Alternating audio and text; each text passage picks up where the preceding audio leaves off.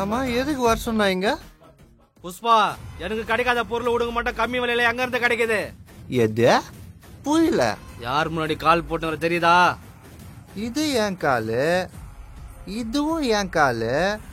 என் கால் மேல நான் கால் போட்டுக்கேன், உன் மேலயா போட்டுக்கேன்? இங்க பாரு, mobile, laptop, TV, fridge, air cooler இந்த மாதிரி ஒவ்வொரு பொருளும் உனக்கு 5000 ரூபாய்க்கே கிடைக்குது. நீ உண்மையா சொல்லல, இங்க இருந்து நவர முடியாது. நீ